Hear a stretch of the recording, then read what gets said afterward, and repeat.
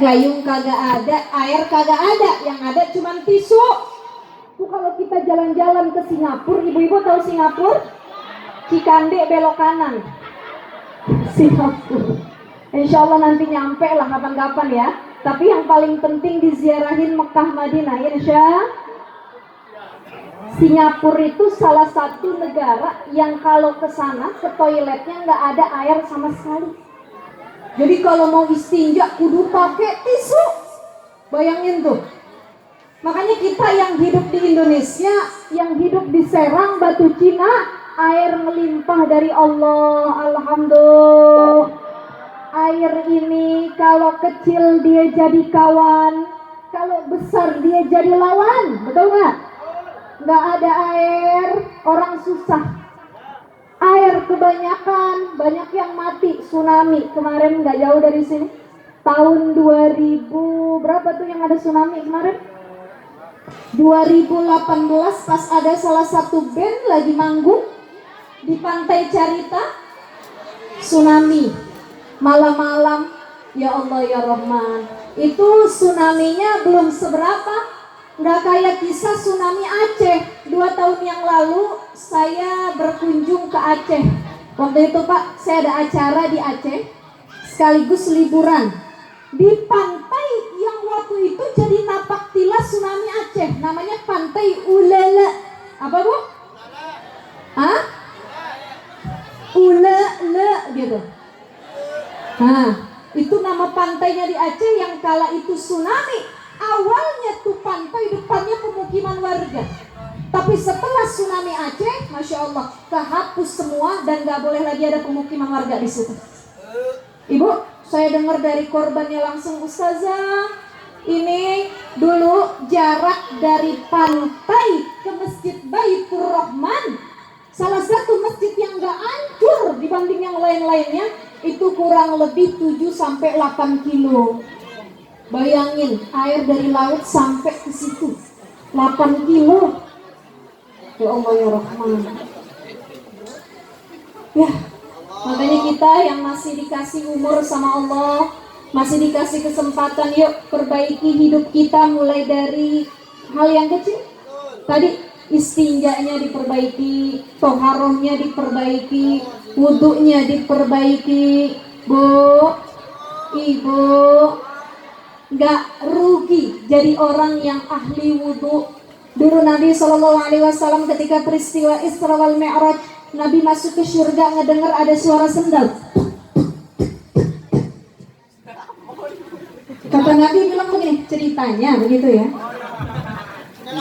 Enggak plak. Kata Nabi bilang, wahai Jibril, suara sendal siapa yang saya dengar ada dalam surga? Maka Jibril bilang, itu sendalnya Bilal bin Rabah. Jadi Bilal bin Rabah ini selama hidupnya ahli wudhu, senang ulang-ulang wudhu, sampai sendalnya aja ikut masuk ke dalam surga.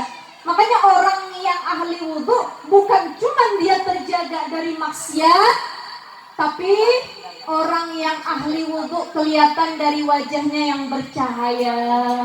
Ini orang sini Batu Cina kan wajahnya ahli wudhu semua ya Bu ya, terang semua. Ini deh saya mau nanya sama ibu-ibu, Bu, Ibu, kira-kira coba tengok ke samping masing-masing, kawan kita ahli wudhu apa enggak?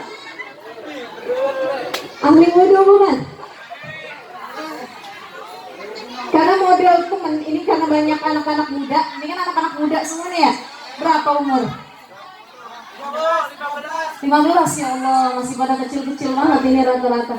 Nih, nyari temen kudu hati-hati. Temen itu ada 2 model. Ada temen yang wajahnya kalau kita lihat itu ngajak kebaikan. Ada satu lagi temen yang mukanya kalau kita lihat kita pengennya maksiat. Betul? Duduk, kawan kita datang. Si itu datang nih, kenapa? Kayaknya dia udah bawa berita terbaru.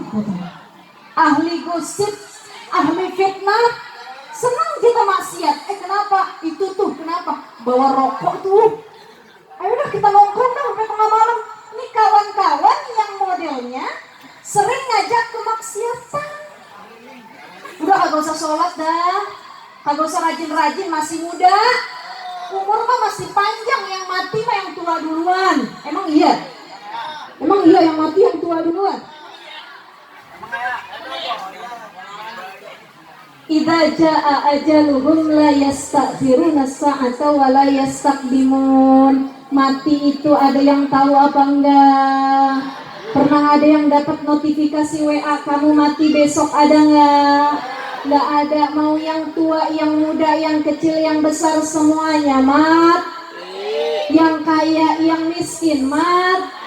Yang punya jabatan kagak punya jabatan mati. Semua mati.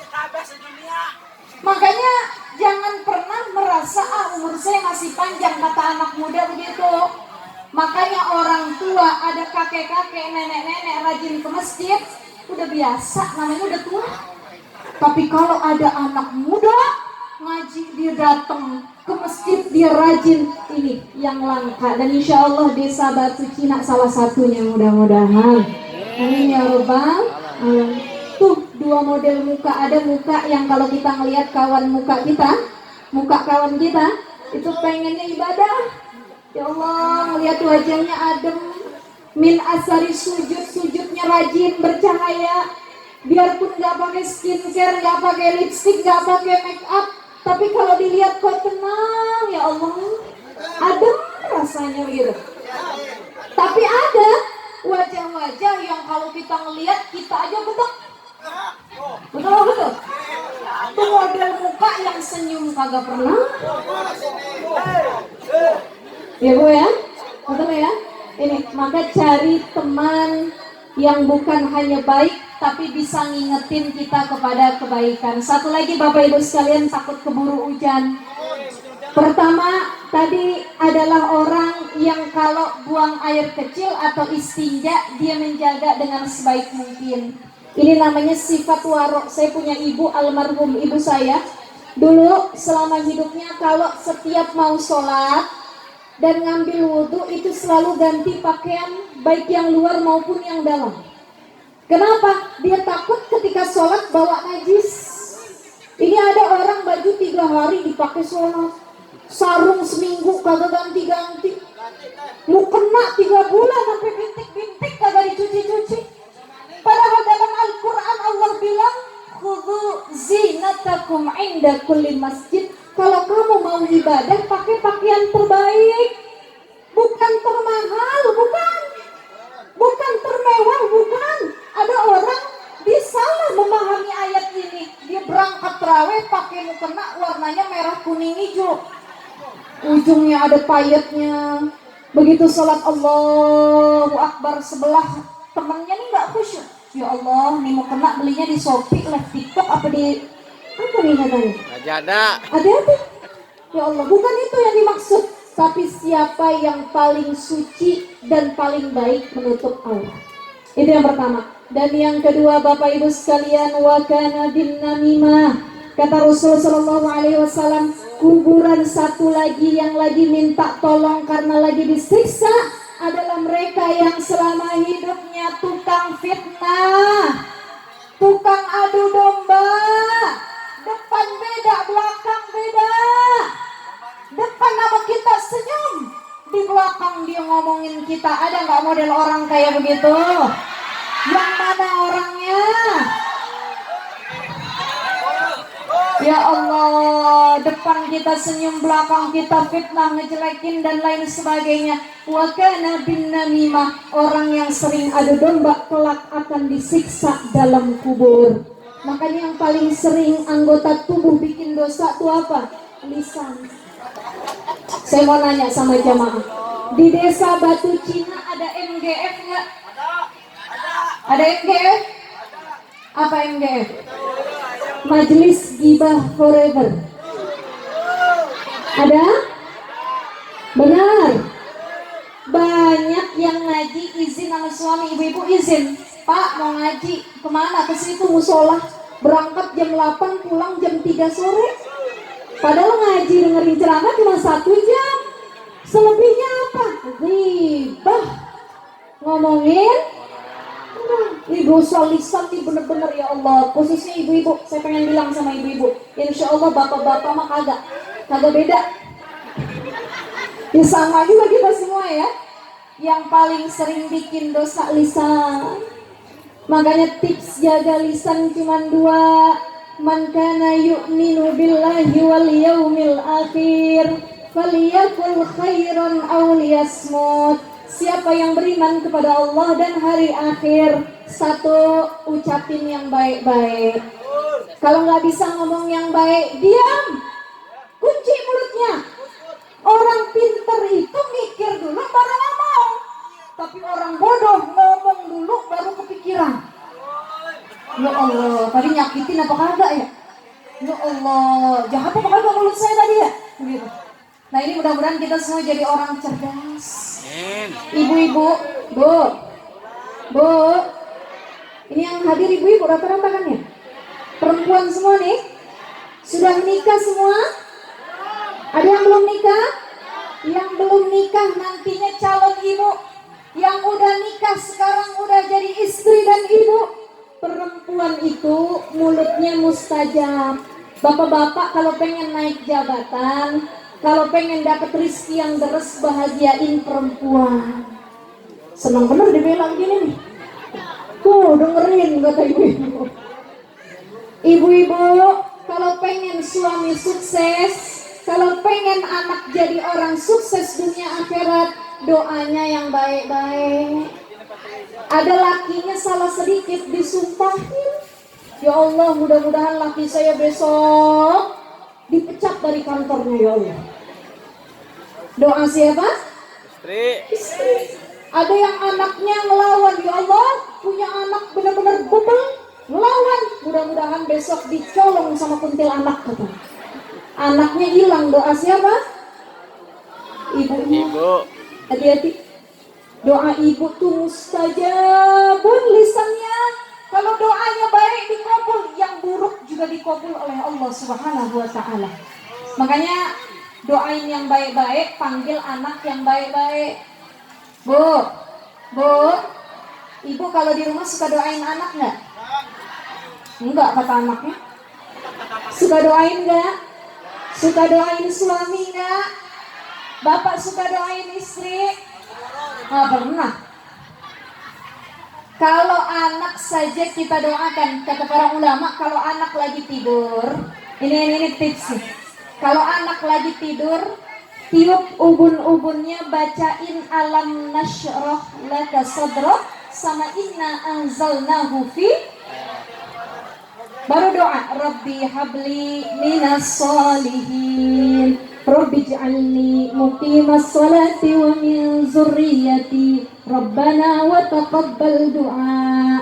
Doain anaknya ya Allah, atau doa yang diajarin Nabi, Allahumma faqihu fiddin wa 'alimhu ta'wil, Allahumma inni u'idhuha bika wa zurriyataha minasyaitonir rajim. Ya ubun-ubun. Tapi yang didoain lagi tidur jangan cuma anak. Suami kalau lagi tidur tiup ubun-ubunnya. Pernah nggak ibu-ibu? Enggak. Suami lagi tidur tiup ubun-ubunnya. Pegang dadanya, bacain Rabbi syrahli sadri wa yassirli wahlul 'uqdatam yafqahu. Bacain di ubun-ubunnya, Rabbana hablana min azwajina wa zurriyatina waj'alna lil muttaqina imama. Pelan-pelan aja niupnya Bu, jangan kekencangan, lakinya marah nanti ya Bu ya. Insya Allah doa ibu mustajab. Karena istri soleha itu bukan cuma istri yang secara kelakuan dia taat sama suami, tapi istri yang setiap ucapannya keluar adalah yang baik dan menjadi doa untuk keluarganya. Insya Allah istri soleha orang sini semua. Orang sini nggak pernah ada yang melawan sama suami, nggak pernah ada yang nyolong duit suami. Ada apa enggak? Benar? Ada nggak Pak? Saya mau nanya sama ibu-ibu, kalau ibu-ibu nyuci ama nyetrika baju suami ketemu duit di kantongnya dibalikin apa kagak?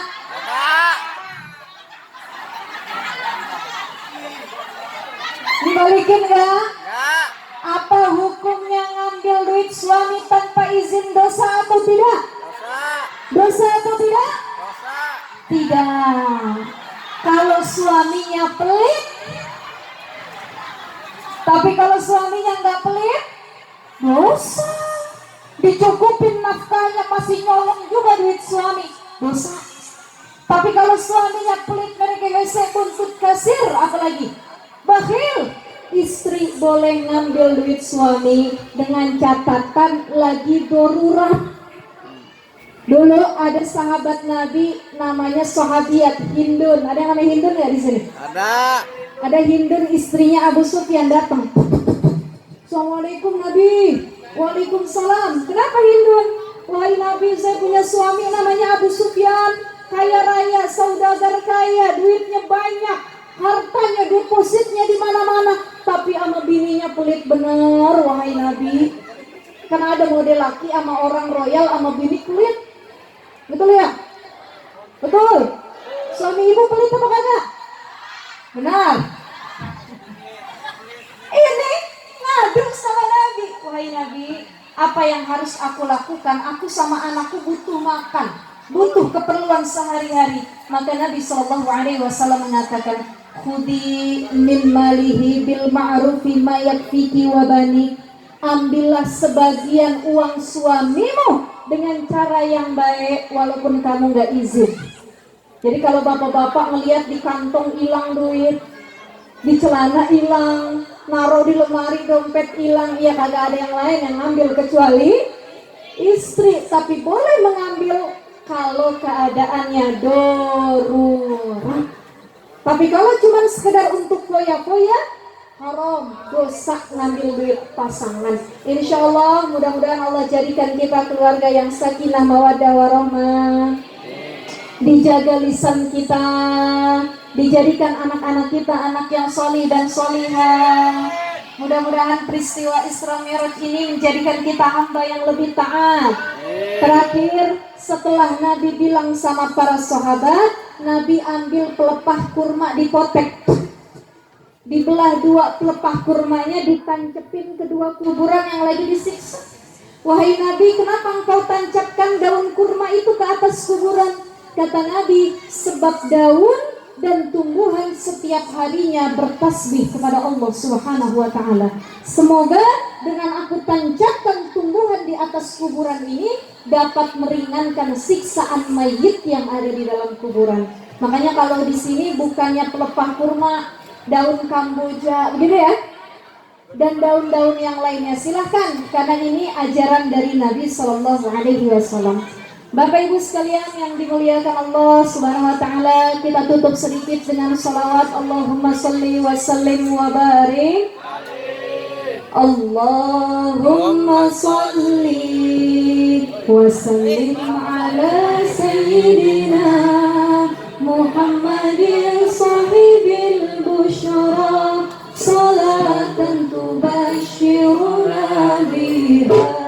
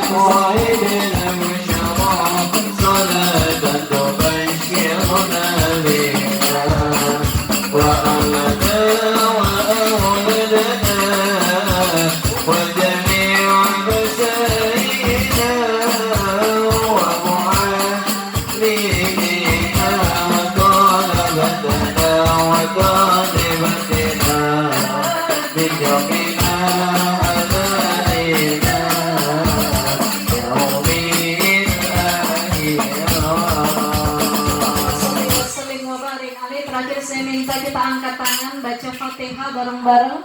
Kita doain para sesepuh kita, para tokoh masyarakat, para guru, para alim ulama, ya. Mudah-mudahan mereka semua dalam keadaan sehat afiat. Allah panjangkan umurnya, manfaat ilmunya. Para jamaah semua yang hadir, wabil khusus masyarakat Kampung Batu Cina, mudah-mudahan Allah jadikan kampung yang solih-solihah. Anak-anak kita jadi ahlul Quran, dan insya Allah Allah sampaikan umur kita di bulan Ramadan yang mulia. Ala hadihi niyah wa ala kulli niyatin salihah wa ila hadratin Nabi Mustafa Muhammadin sallallahu alaihi wasallam. Syai'un lillahi lahum al-Fatihah. A'udzu billahi minasy syaithanir rajim. Bismillahirrahmanirrahim. Alhamdulillahi rabbil alamin. Ar-Rahmanir Rahim. Maliki yaumiddin. Iyyaka na'budu wa iyyaka nasta'in. Ihdinas siratal mustaqim. Siratal ladzina an'amta 'alaihim ghairil maghdubi 'alaihim waladdallin. Rabbana ighfir lana wa liwalidina amin. Kurang lebihnya mohon maaf. Ikan sepat, ikan gabus, ditaruhnya dalam koper. Makin cepat acara kita, makin bagus karena perut saya udah lapar. Ila liqa masalama, Allahu muwaffiq ila aqwamit thoriq. Assalamualaikum warahmatullahi taala wabarakatuh.